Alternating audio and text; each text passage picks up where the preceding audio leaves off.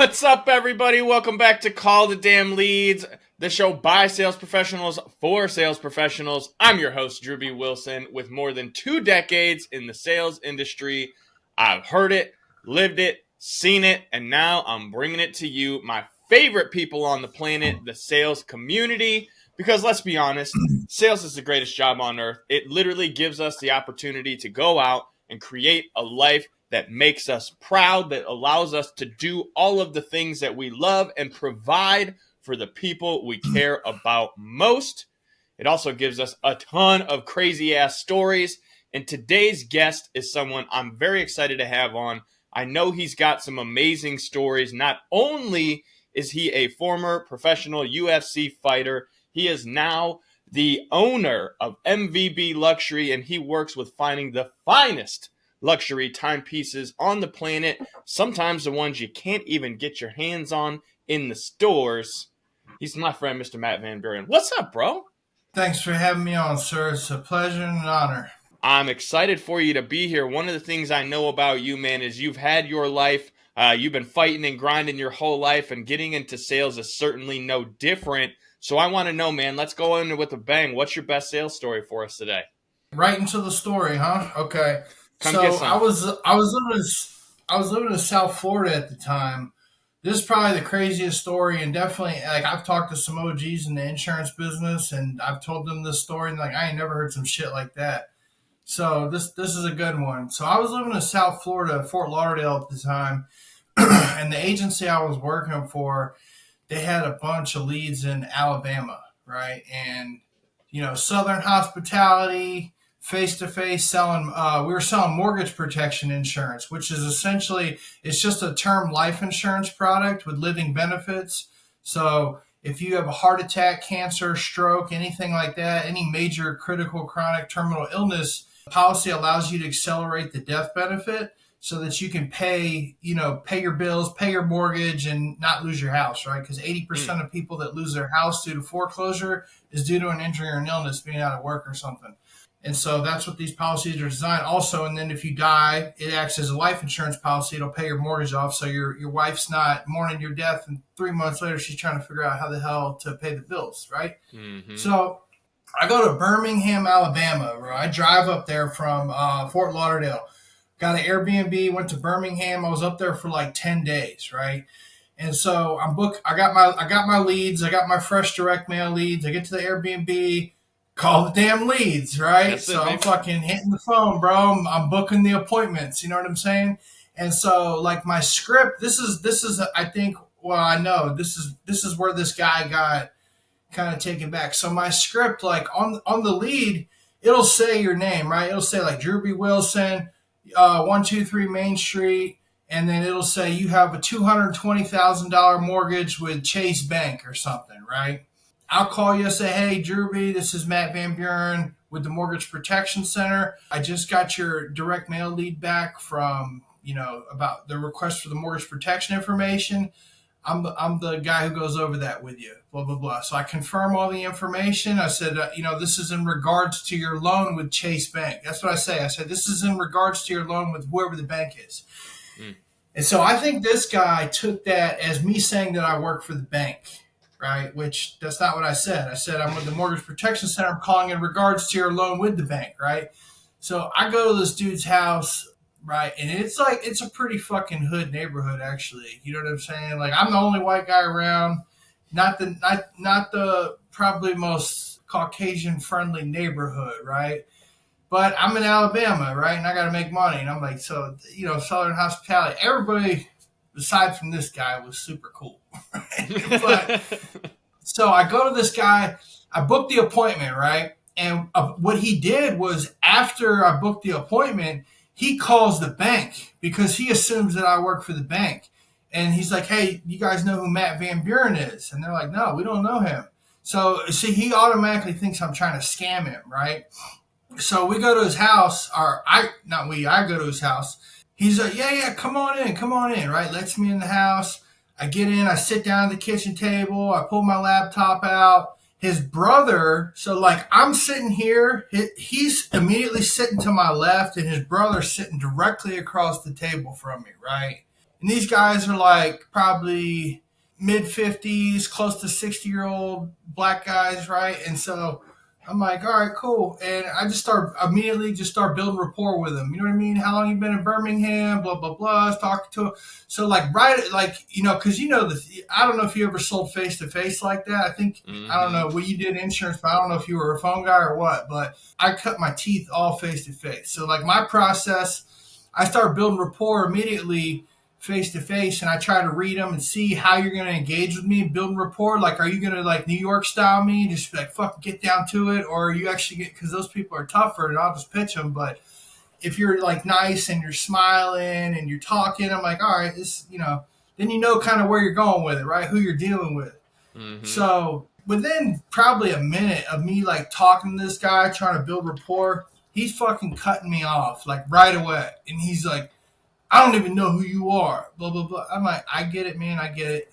I said, so I pull out my license with the state of Alabama, and I put it on the table, and I show it to him. I pull out my driver's license with the state of Florida, and I show it to him. I said, look, I'm licensed in the state of Alabama. I said, here's my license with the state. Here's my driver's license. My name's Matt Van Buren. I said, my company sent me up here to help you guys help them catch up because they're so behind. We don't have enough licensed agents in the area. That's why I'm here. And so right away, he's got his guard up. His brother doesn't say a word the whole time, right? So then he's like, yeah, well, I called the bank and blah, blah, blah. You don't work for the bank. And I said, I never told you I work for the bank. I said, the bank is not an insurance company. The bank cannot sell you a mortgage on your house and then sell you an insurance policy to protect that mortgage. I was like, that's a conflict of interest, number one. And I'm like, number two, the bank's a fucking bank. They can't compete with Mutual of Omaha and Foresters and these billion-dollar insurance companies. So like, what are you talking about? Like, I'm an insurance broker. I never said I worked for the bank. I'm like, it doesn't even make sense, right? And so he's like, yeah, blah blah blah. He's like, yeah, motherfucker, you trying to scam me, right? And he pulls out this fucking like 6-shooter revolver, like some sketchy ass like fucking pistol, right? And he's like sitting back, right? And I'm always packing, right? I got my gun on me too. But I'm like, man, but see, here's the thing that I realized, like when you're in a situation like that and somebody pulls out on you, I mean, you can't do shit, right? You don't expect, so I can't get to my gun. I'm not in a position to get to my gun. And across the table from me is his brother. And I didn't see it for sure, Drewby, but I'm like 99% sure that homeboy had a fucking gun underneath the table and was pointing it at me. You know what I'm saying? So I'm like, holy shit, dude. I'm in the fucking hood in Birmingham, Alabama, and this motherfucker's like, oh. So I got my hands on the table because he's like, put your fucking hands on the table. So I'm like, all right. So I got my hands on the table. And so immediately this dude just starts popping off at the mouth, talking shit, right? He's like, yeah, motherfucker, blah, you fucking trying to scam me and all this shit and blah, blah, blah. And he's got like 2 big ass, like fucking 120-pound pit bulls, like right behind his brother. And the table's like the glass door right there to the backyard. These pit bulls are fucking jumping up and scratching at the glass and shit. And I was like, oh, God damn. And he's like, yeah, you're lucky. You lucky my fucking brother's here and blah, blah, blah. He's like, because we were going to do it my way. You know, he's like, I was going to let them fucking dogs get you. I was going to fucking tie you up and all this shit. And I'm like, dude. Oh, my Lord. What in the fuck is about to happen here? So I'm like, what am I going to do? You know what I mean? So I'm just riding it out. And so I listened to this guy talk shit to me for like 5 minutes. And I'm just sitting there, my hands on the table, just listening because I can't really do shit else. So I'm like, all right. And then, yeah, what am I going to do? So then he's like, well, you're lucky, you know, we're going to do it my brother's way. We're not going to do it my way. He's like, you're going to jail. And he's like, I'm calling the cops. I'm like, oh, thank God. I'm thinking like, thank God, dude. Call the fucking cops, please. Get them over here right now. Right? So he did, well, right before he calls the cops, I forgot this part. So he pulls out a set of handcuffs, bro. Jesus. And he's like, put the handcuffs on. And I look at him and I'm like, bro, I ain't putting no fucking handcuffs on. Like, what are you talking about? Come on. He's like, these are going to keep you from getting hurt, right? So then I'm like, I ain't putting handcuffs on. So he points the fucking gun at me, like, real close. And he's like, put the fucking handcuffs on. And I'm like, all right, give them to me. So I put the fucking handcuffs on, right? I was like, if this is the story of Matt Van Buren, that's the story. You know what I mean? Like, hey, so I'm fucking sitting at homeboy's table, handcuffed at this point, while he's pointing a pistol at me, talking shit. And I'm like I said, I'm pretty sure his brother's pointing a pistol at me underneath the table. So he calls the cops, right? And like 10 minutes go by, they're not there yet. He's just kind of running his mouth the whole time, just saying stupid shit. And then he's like, you know what? He's like, you're white. Why don't you call the cops? He's like, they'll come faster if you call them. And I'm like, yep, you're right. Give me the phone. Give me the phone. So he fucking calls the cops, and I'm handcuffed sitting at his table. And I'm like, hey, look, we got a situation over here at 123 Main Street in Birmingham, and you guys need to get over here right now. This is an emergency. So hurry up, right? And fucking so like a couple minutes later, the cops show up, right? And right before the fucking cops come, he sees them pull up, right? He sees them pull up out front because he had the window open. He's like sitting back in his chair, and he can look out his window and see the cops pull up. So as soon as the cops pull up, motherfucker takes the handcuffs off me and puts them up, and then he's like holding me at gunpoint till they knock on the door, and then he puts his gun away. Right, so he lets the cops in. It's not that it matters, but it was. I think it was 2 black cops and a white cop, right? And so they come in the house, and they're like, "What's the situation?" I said, "Look, I'm a licensed insurance agent in the state of Alabama." I said, "This guy filled out a form for me to come over here and help get him mortgage protection insurance, and that's what I'm trying to do." And I said, "He thinks I'm trying to scam him." And I was like, here's the lead that he filled out with his own handwriting. I said, here's my fucking license with the state of Alabama. Here's my ID with the state of Florida. And so the cops start looking at everything. And he's looking at my license with the state of Alabama, my ID, everything, the lead. And he's like, it looks like he's here to sell you the insurance that you requested. So if you didn't want it, why didn't you just tell him to leave? And I'm like, thank God, dude. Thank you. People got some common fucking sense. It gets worse. So I can't wait. You know what? Moral of this story you're gonna learn is you don't want to fuck around in Alabama. That's all I can tell you. So anyway, after he says that, I'm like, thank you, right? So, and then the cop's like, hey, you want to go? You can go. So I started leaving, and I should have probably said something in the house, but it kind of happened. I was probably a little shook up too. And so just like I wasn't really thinking, but we got out in the driveway and I was like, hey, look, man, I said, I didn't say anything in front of the house, but I said, dude, this guy just fucking kidnapped me, dude, like with a gun, like against my own will. This guy just held me hostage at his fucking table and handcuffed me with a fucking pistol. I was like, it's in his coat pocket. Go in there and talk to him right now. Bro, the fucking cops didn't even do shit. They didn't even go ask him about it. Nothing. They didn't even take a report. I'm like, are you fucking kidding me? So, like, my brother's a cop, you know what I'm saying? And I'm not like a lawyer, but I know the fucking law, and I know you can't legally kidnap somebody in your fucking house with a gun, especially when they're a fucking licensed agent, right? If you didn't, you thought I was trying to scam you, bro, you told me to leave, I would have left. All you had to say was leave, I would have left. So anyway, I'm fucking pissed, right? So I go to downtown Birmingham and to the police station, get a hold of an internal affairs officer, right? I told him the whole story. I was fucking pissed. And he's like, oh, I want to apologize. I said, dude, this is my first time in Alabama and all this shit. And I was fucking pissed. I'm like, this is how, this kind of shit that goes on. I was like, your officers don't even fucking go in there and question the guy. They didn't take a report, nothing.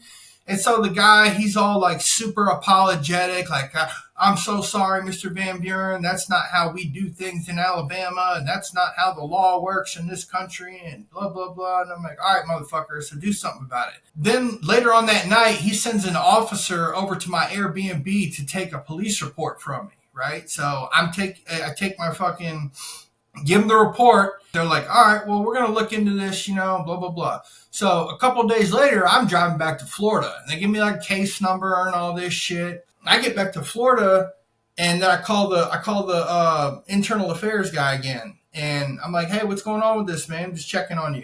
I just got back to Florida. And he's like, yeah, you don't have a case. And I'm like, what do you mean I don't have a case? I said, fucking homeboy kidnapped me in his house and fucking handcuffed me and threatened me and talked shit for 10 minutes while pointing a gun at me.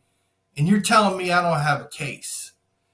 And he's like, well, you know, I can't remember exactly what he said, but it was some bullshit. He just like, you know, it's he said, she said, you know, whatever type of thing. And I'm like, he's like, so there's nothing we can do about it. It's pretty much. So yeah, that's how that story went. And this was like my first 3 months in the business, bro. Like when I just got licensed and like I was green, I was super green, just started selling. This shit happened to me.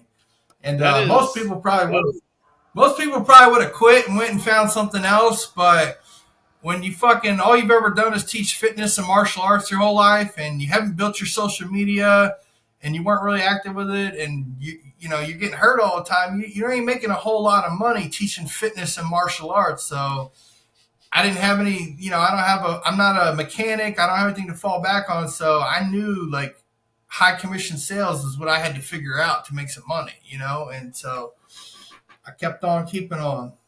Kept on keeping on. And, you know, man, I have done a lot of insurance sales. I've had to go and sit face to face in some situations. Like, I'll never forget one time I was sitting with a lady and her dog was literally like shitting on the floor in the other room.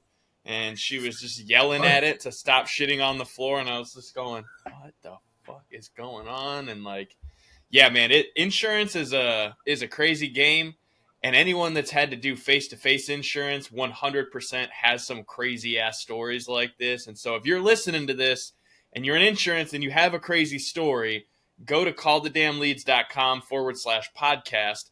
I'd love to bring you in and share something else crazy because, like, that's what's great about this industry, man. And something you said, though, is also very cool. You know, you came up fighting, doing fitness, training. I know one of the stories that you had posted about was, like, literally loading up everything you own in a car, driving to California, living in a dorm room with a bunch of dudes to, have a shot.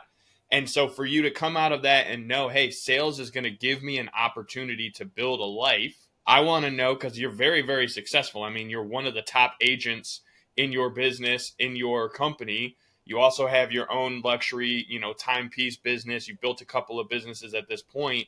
What would you say is like your secret superpower when it comes to sales, or like your secret sales weapon if you had one? Man, I don't know that I have a secret weapon or superpower, but it's just like anything. Life is consistency, right? So I'll tell you, when I first started, after I did the mortgage protection thing for like 8 months, the agency I was with, they lied to me about how much money I was going to make and all this bullshit. And so I was like, I didn't know anything about life insurance at the time, right? And so I think I'm going on a tangent here, not answering your question. So question, That's I think right, we'll biggest, my, yeah, I would say my biggest superpower is consistency, being coachable. I'm always coachable. As much as I fucking hate anybody, it's such a weird thing, right? Like, I hate being told what to do. I don't like anybody telling me what to do, but I'm very coachable because I'm an athlete. You know what I'm saying? So it's like, in the sense of like, if I'm asking you something to help me because I know you can make me better because that's what you're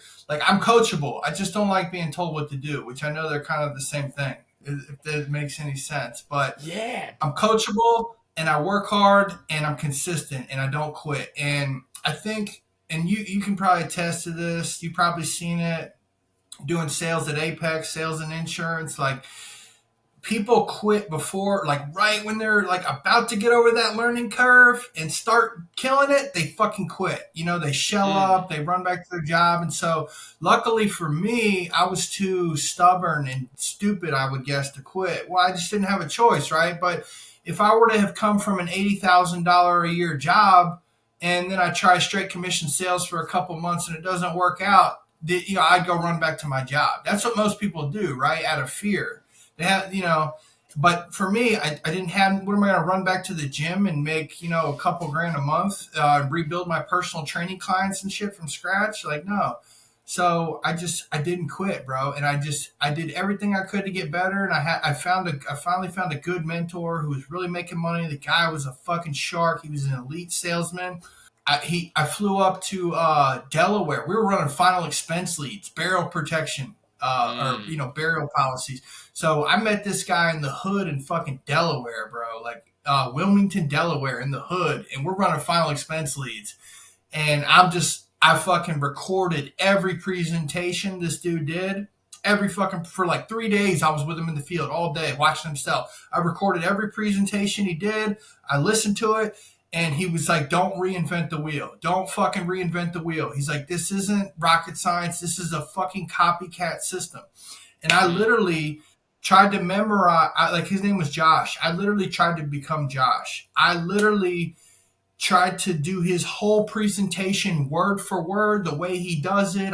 He gave me his fucking jokes that make the old people laugh. I repeat all of his jokes. I was Josh. That's what I was in the house. I was just a copycat. I tried to be an expert copycat, and that's what I did. Yeah, there's a couple things I want to unpack from that because that's so good. And that balance between not wanting to be told what to do and also being coachable, there's so much to that, Matt. There's so much we could really dig in on because I really know that a lot of sales professionals that I've worked over the years and that I know we've mentored with and that we've talked to over the years, like, nobody wants to be told what to do.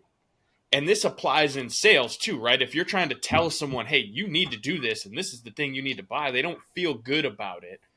But when you're coaching someone and you're helping them get the thing that they want by offering the feedback or the advice that can get them there, that emotional switch, that's when sales is really great. That's when you're like, dude, I'm not selling you. I'm literally serving you at this point. I'm just helping you get the thing that you want by showing you exactly how to get it. Whether it's coaching you in the gym and showing you how to get your fitness up, coaching you in your business, showing you how to create a sales and follow-up system, or coaching you on what your options are to protect your assets in life, whether it's a mortgage protection policy or a burial policy or just regular old homeowners insurance, right? Having that ability to coach someone by understanding where they're at and what they're going through, that's what makes you such a savage, bro. That's why I love watching you move because I know that it's that genuine care and authenticity of like, hey, man, I'm not here to tell you what to do. I'm here to coach you. And being someone that's been coached their whole life, I think you have an amazing perspective to be able to bring that to your sales conversations. And so if anyone's listening and, you've been in fitness or martial arts or sports, use that ability to kind of be coachable and learn from everything that you're doing. I mean, that's why you're here listening to this show, because you want to learn and grow and share some crazy ass stories. And Matt, I mean, we've had a great time. Time has absolutely flown by today, and I'm sure we could hang out, forever. So I'll have to have you back for another episode.